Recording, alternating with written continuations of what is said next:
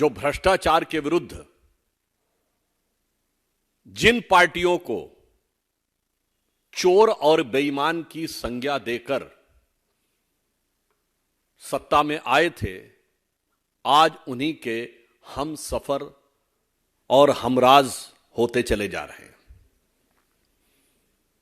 आज यह इसलिए महत्वपूर्ण है क्योंकि भारत की राजनीति में पहली बार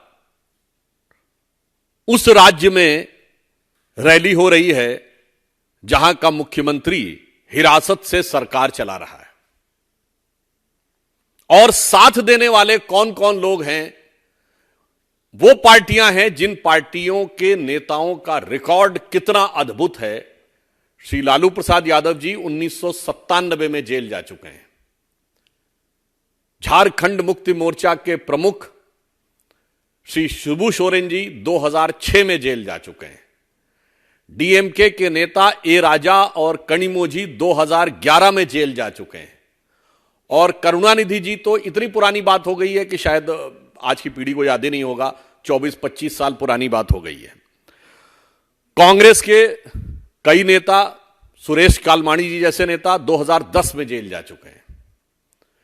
समाजवादी पार्टी के नेता रहे स्वर्गीय मुलायम सिंह जी 2007 में आय से अधिक संपत्ति का मुकदमा उनके ऊपर दर्ज हो चुका था। और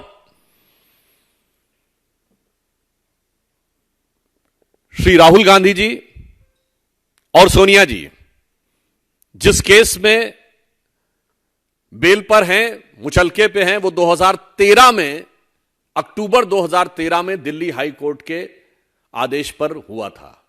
बोफोर्स का केस 1987 में हुआ और एफआईआर 1990 में हुई। यह तथ्य मैंने इसलिए बताया, इसमें से कुछ भी 2014 के बाद का नहीं है। अतः मैं एक शब्द में कहना चाहूंगा कि ये सारे के सारे लोग, अगर आज कहा जाए तो अपने पुराने गुनाहों को छुपाने के लिए ये समस्त वो पार्टियां जो राम मंदिर की विरोधी, जिन्होंने हिंदू धर्म के समूल नाश जैसे संकल्प किए, हिंदू धर्म के देवी देवताओं पर अनेक आपत्तिजनक टिप्पणियां की, वो अपने पुराने भ्रष्टाचार के गुनाहों को छुपाने के लिए रामलीला मैदान में आज एकत्र हो रहे हैं। तो मुझे लगता है कि इसे यदि एक शब्द में कहा जाए तो हिंदी में एक कहावत होती है, चोरी ऊपर से सीना जोरी। जो विगत 3 पीढ़ियों से भ्रष्टाचार के आरोप में कोर्ट कचहरी और जांच एजेंसियों के चक्कर काटते रहे, जेल से अंदर और बाहर आते रहे, वो आज आकर जिस निर्लज्जता का प्रदर्शन कर रहे हैं, वो सिर्फ भारत की राजनीति में आलोचना योग्य नहीं है। मैं दूसरा एक बिंदु कहना चाहूंगा कि यह भारत की राजनीति में विश्वसनीयता के संकट का प्रतीक है। क्योंकि यह वही रामलीला मैदान है जहां से 12-13 साल पहले किस ढंग का एक सीन दिखता था, इंडिया अगेंस्ट करप्शन।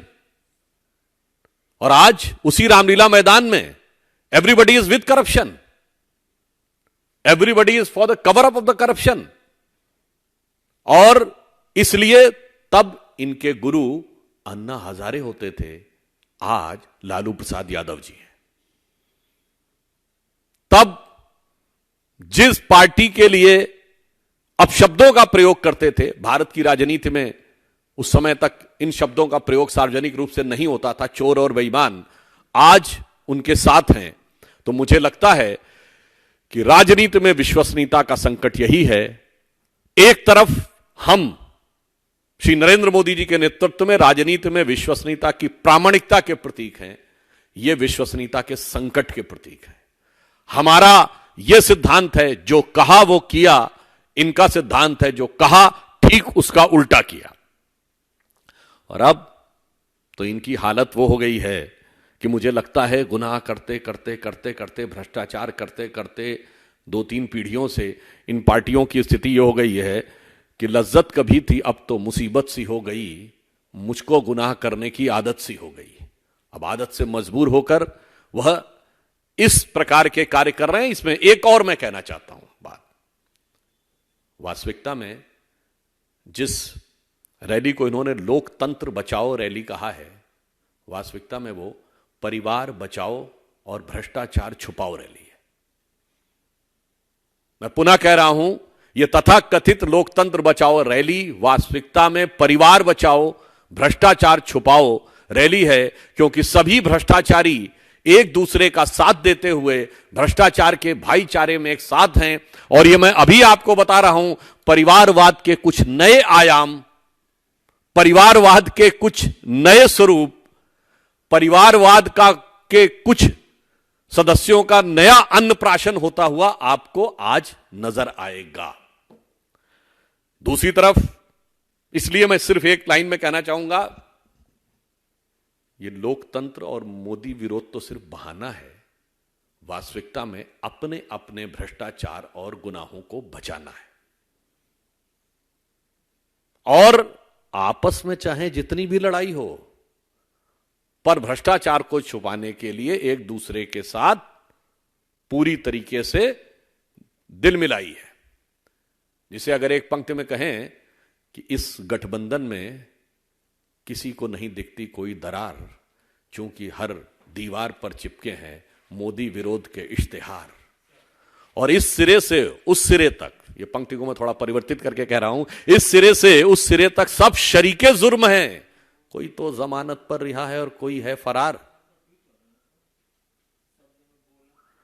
दूसरी तरफ, इसी राष्ट्रीय राजधानी से थोड़ी दूरी के ऊपर मेरठ में प्रधानमंत्री श्री नरेंद्र मोदी जी की आज रैली होने जा रही है।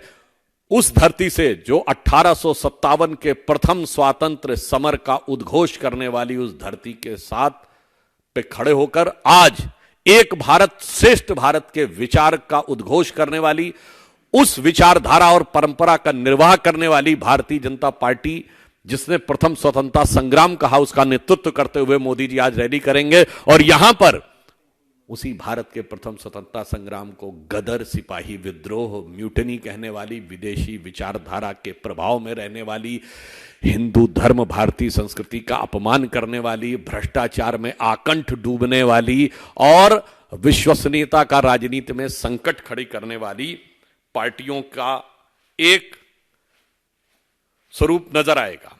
एक तरफ वो दल हैं जिनके लिए सिर्फ और सिर्फ अपना परिवार है, और एक तरफ मोदी जी के नेतृत्व में हम हैं, जिसके लिए 140 करोड़ देशवासियों का परिवार है। और वैसे हमारे धर्मशास्त्रों में कहा गया है, व्यसन की मित्रता बहुत अच्छी होती है, बहुत प्रबल होती है। दुर्गुण की मित्रता मतलब कोई खराब, जैसे जुआरी, शराबी बहुत अच्छे मित्र होते हैं आपस में, तो वैसे ही यहां व्यसन की मित्रता का, व्यसन के भाईचारे का बहुत सुंदर स्वरूप आपको देखने को मिलेगा। और इसलिए मैं अंत में सिर्फ यह कहना चाहूंगा कि आज देश की जनता के सामने एक फूड फॉर थॉट भी है कि एक तरफ नई राजनीति और प्रयोगधर्मी राजनीति का वक्त अब नहीं है। भारत जिस मुकाम की तरफ आगे बढ़ा है, उसमें जांचे परखे खरे, तपे तपाए और आजमाए हुए नेतृत्व का में आगे बढ़ने का वक्त है। और जिस प्रकार का छल इसी रामलीला मैदान पे इस देश की जनता के साथ हुआ था कि नई राजनीति, भ्रष्टाचार के विरुद्ध संघर्ष, जिसमें कभी अन्ना हजारे थे, किरण बेदी थी, कुमार विश्वास थे और अन्य लोग थे, जन लोकपाल था जहां शपथ ली गई थी। भ्रष्टाचार तो छोड़िए, सबका स्टिंग कर लेना। आज तो जाके उनके स्टिंग में जाके बैठ गए, जो कहते थे सब मिले हुए हैं जी, सबके साथ मिलके जाके बैठ गए। तो मुझे लगता है कि एक तरफ वो था और आज जिस प्रकार के महारथियों के साथ आकर खड़े हैं, तो मुझे लगता है कि शायद उनके लिए वो पुराने गीत की एक पंक्ति कही जा सकती है कि रहते थे कभी जिनके दिल में ये जान से भी प्यारों की तरह, बैठे हैं उन्हीं के कूचे में, पर आज गुनहगारों की तरह। तो इन गुनहगारों को देश की जनता समुचित, उपयुक्त और प्रभावी प्रत्युत्तर देगी। धन्यवाद।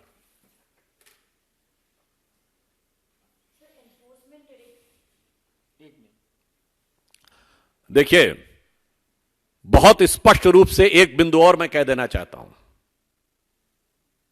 लोकतंत्र की बात वो पार्टियां कर रही हैं जिसमें सिर्फ परिवार तंत्र है, जिन्होंने जब से बने हैं तब से आज तक अपने पार्टी के अंदर किसी भी दूसरे व्यक्ति को लोकतंत्र के अनुरूप सत्ता देना उचित नहीं समझा।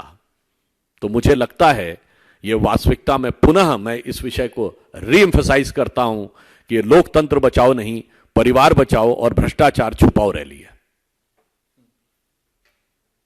आज की इस महारैली में बताया जा रहा है कि सुनीता केजरीवाल, जो अरविंद केजरीवाल की पत्नी है, वो ईडी के कस्टडी से अरविंद केजरीवाल का जो संदेश आया है वो पढ़ने वाली है। देखिए, मैं सिर्फ ये कहना चाहता हूं कि श्री केजरीवाल जी ने हिरासत में रहते हुए भी सत्ता न छोड़ने का निर्णय लिया, तो इस मामले में वो श्री लालू प्रसाद यादव जी से एक कदम आगे चले गए, जो आज से 27 साल पहले जेल में गए थे।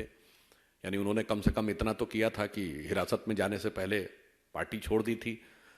अब मुझे लगता है उनके साथ बैठ के जब रैली करेंगे तो एक हिंदी में प्रख्यात रहीम का दोहा है, कदली सीप भुजंग मुख स्वाति एक गुण तीन, जैसी संगति बैठिए वैसे ही गुण दीन। तो हो सकता है संगति का कुछ और प्रभाव भी आने वाले समय में दिखने वाला हो और उसके लक्षण दिखाई पड़ सकते हैं। इसी से जुड़ा हुआ दूसरा सवाल भी है, एनसीपी भी आज इस पूरी महारैली में शामिल होने वाली है।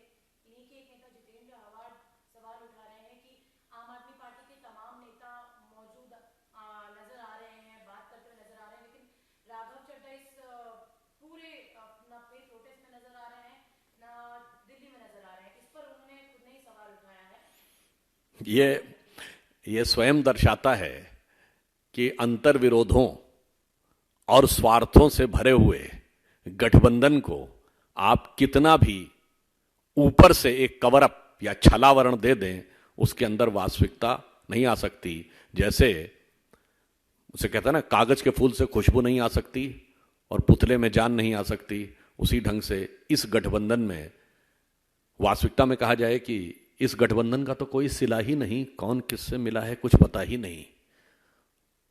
लाख चेहरे बदल के आ जाते हैं ये, पर आईना कमबख्त झूठ बोलता ही नहीं और रैली में भी असलियत दिखाई देता है।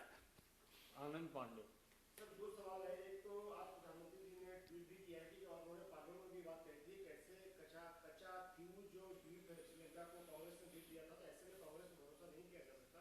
एक सवाल यह है। दूसरा सवाल यह है कि आज इकोनॉमिस्ट ने लिखा है कि अमूमन देखा गया कि पढ़े लिखे लोग जो है पॉपुलर नेताओं को वोट नहीं करते हैं, लेकिन प्रधानमंत्री मोदी के मामले में ऐसा नहीं है। उनको न सिर्फ पढ़े लिखे लोग भी वोट कर रहे हैं, बल्कि पीएम तीसरी बार भी जीत गया है। देखिए, ऑन द इश्यू ऑफ कच्चा थीवू, I would like to remind to the entire country that this was with India till 1975.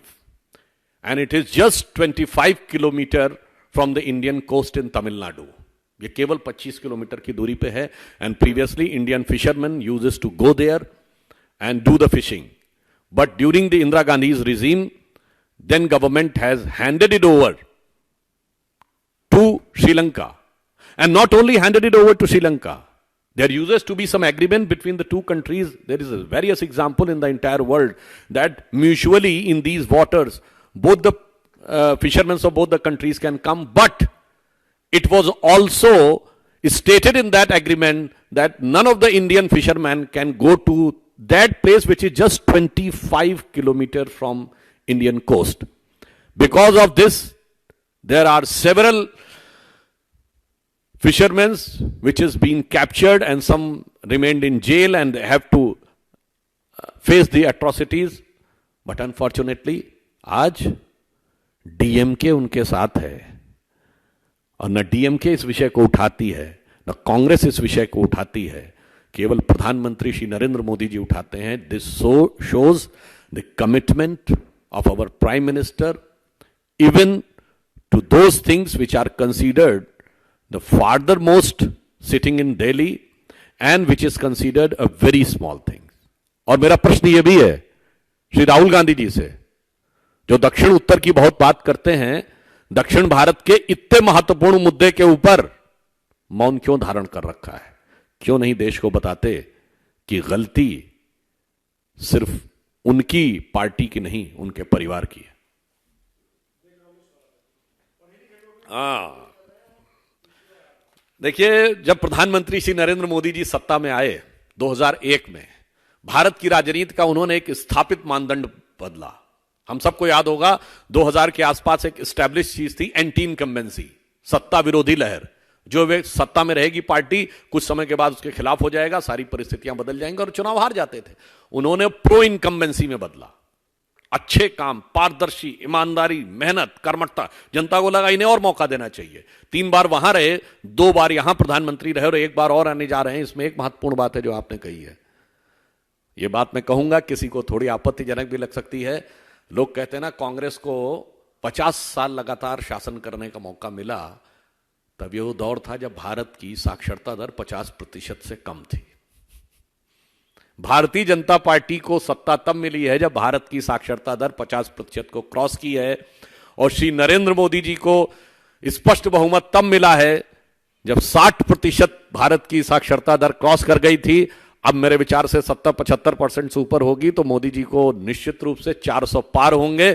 और जिसको आप पढ़ा लिखा वर्ग कहते हैं, पढ़े लिखे वर्ग के मन में, जहां मैंने बात शुरू की थी, मैं उसी लिए कहना चाहता हूं, पूरे राजनीतिक वर्ग के लिए एक विश्वसनीयता का संकट था, क्राइसिस ऑफ क्रेडिबिलिटी थी। उन्हें लगता था ये लोग कहते कुछ हैं और करते कुछ हैं, क्योंकि पढ़ा लिखा वर्ग हर चीज को देखता था कि देश के आर्थिक हितों के साथ क्या हो रहा है, देश के सामरिक हितों के साथ क्या हो रहा है, देश के सुरक्षा हितों के साथ क्या हो रहा है। पर मोदी जी के आने के बाद उन्हें विश्वास पैदा हुआ है और सारी बातें तर्कसंगत यथार्थ रूप में दिखाई पड़ रही हैं कि देश की इकोनॉमिक सिचुएशन, सोशल सिचुएशन,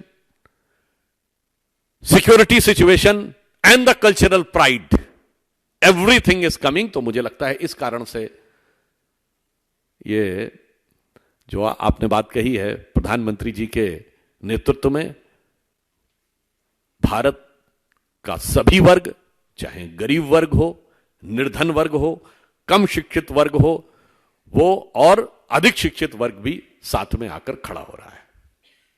इसे हम कह सकते हैं सबका साथ सबका विकास। वरना आज तक पार्टियां इस विचार पे चलती थीं कि गरीब और अशिक्षित वर्ग की गरीबी का फायदा उठाओ और उनको चंद मुद्दों के ऊपर भरमाकर येन केन प्रकारेण उनका वोट सांप्रदायिकता, जातिवाद, क्षेत्रवाद, भाषावाद के मुद्दों पर बांटकर प्राप्त करने में सफलता हासिल करो।